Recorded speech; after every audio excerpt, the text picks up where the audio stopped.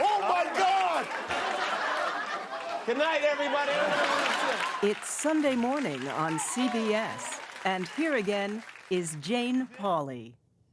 The talking points are becoming a bit more pointed these days for late-night host Jimmy Kimmel. And people are talking, which is why he's talking with Tracy Smith. Do you love it here? I do. You know, it's dirty and kind of gross, but I do love it here. It reminds me For Jimmy Kimmel, Hollywood is home. the weather is beautiful.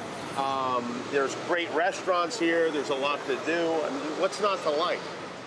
I'm with you. I say as somebody goes through the garbage can. Fans of his nightly show have been lining up here for the past 13 years, and lately he's become more than just another face in the late-night crowd. And now, from here on out, here's Jimmy Kimmel!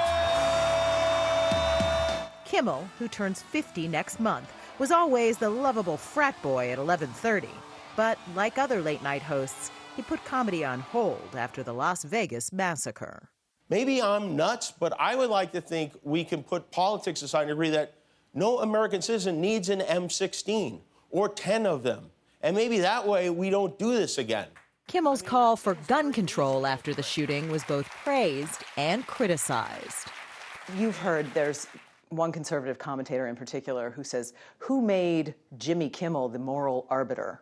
I'm not. I mean, yeah, I agree with them. I'm nobody's moral arbiter. I mean, you don't have to watch the show. You don't have to listen to what I say.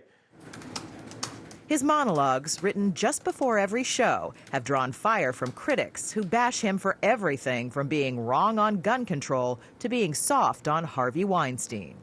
It's a bit of a risk that you're taking talking about that stuff. You might lose the audience. Yeah, I mean, I saw, I don't know if it was a study or a poll or some combination of those two things that, like 3 years ago, I was equally liked by Republicans and Democrats, and then Republican numbers went way down, like 30% or whatever. And, you know, as a talk show host, that's not ideal, but I would do it again in a heartbeat. So you don't mind if Republicans turn off your show? They're not watching anymore? I don't say I don't mind. I mean, I love for everyone. I want everyone with a television to watch the show.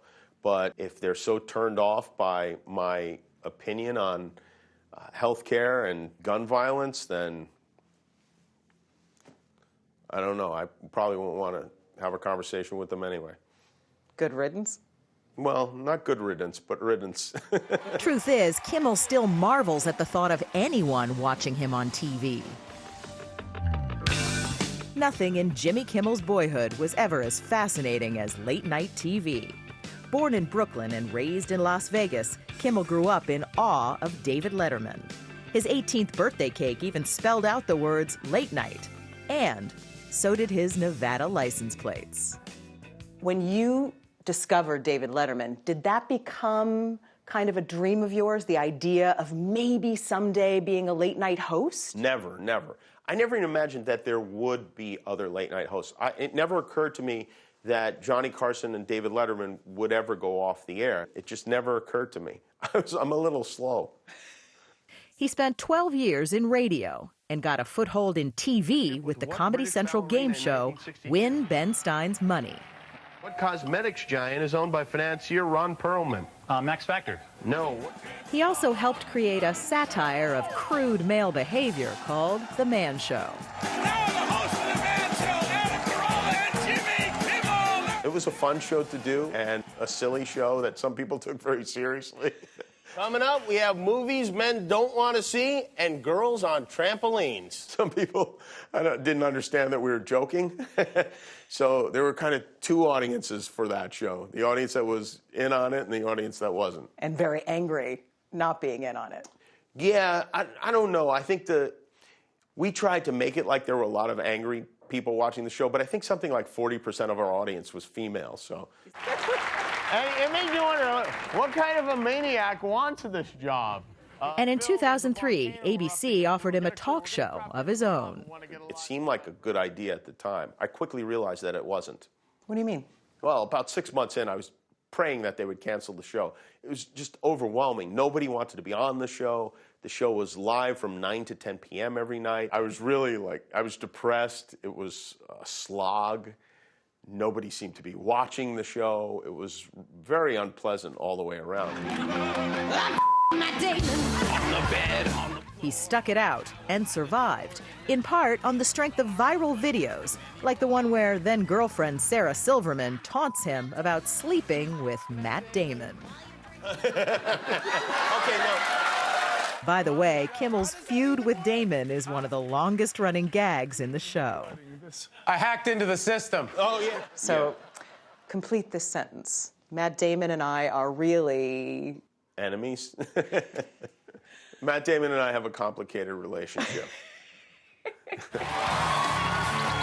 Then there's a recurring bit where celebrities read mean tweets about themselves. Jessica Chastain looks like Julia Roberts' ghost. Richard Dreyfuss is a very short man. Robert De Niro's too old to be making gangster movies still. Dude needs to start playing grandfather roles or something. Kimmel also has a sentimental side. He takes his show home to Brooklyn every year. His idol, David Letterman, stopped in back in 2012. Are you on Facebook? No. Do you have email? Yes. Yeah. You do? And we got a color TV also. Kimmel's back in Brooklyn next week. So this is Hollywood. Very glamorous. It's all still a bit Hi, how are surreal. You? Be careful. Do you feel like you deserve to be here now? I mean, I guess so. I don't know. Who deserves anything, really? I mean, I was lucky enough to get a shot, and somehow miraculously, I do think back on, how long the odds were.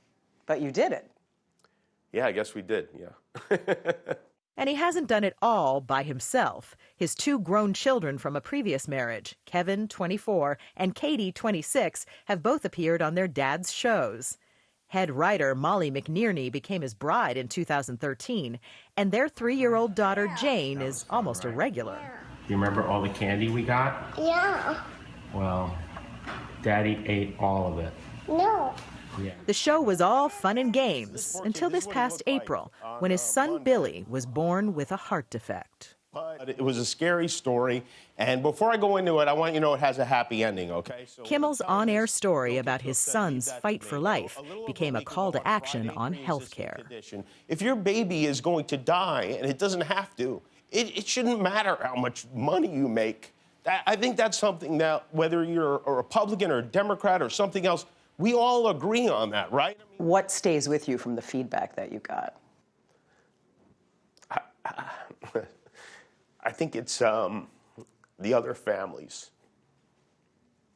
And, a lot of people will tell you their stories. I mean, a heart operation is no joke, but, families with cancer and ongoing illnesses, and,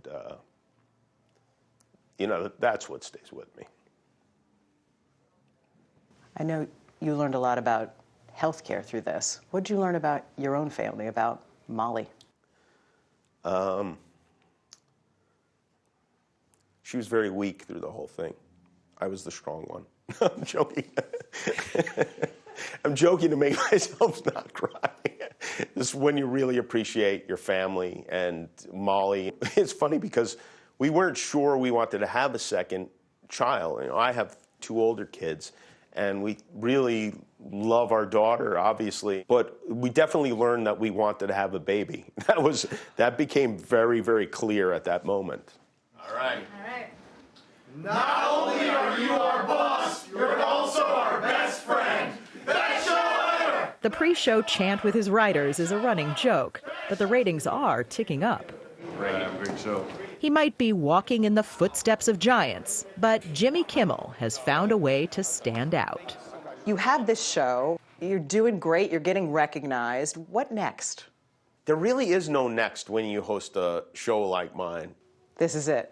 Yeah, I think this is probably it. But I never feel like it. I feel like I snuck in, and I do. Sometimes I'll drive by a neighbor's house and they have a big window, and if you see, yourself on the television, it's like, wow, there's people in their houses watching me.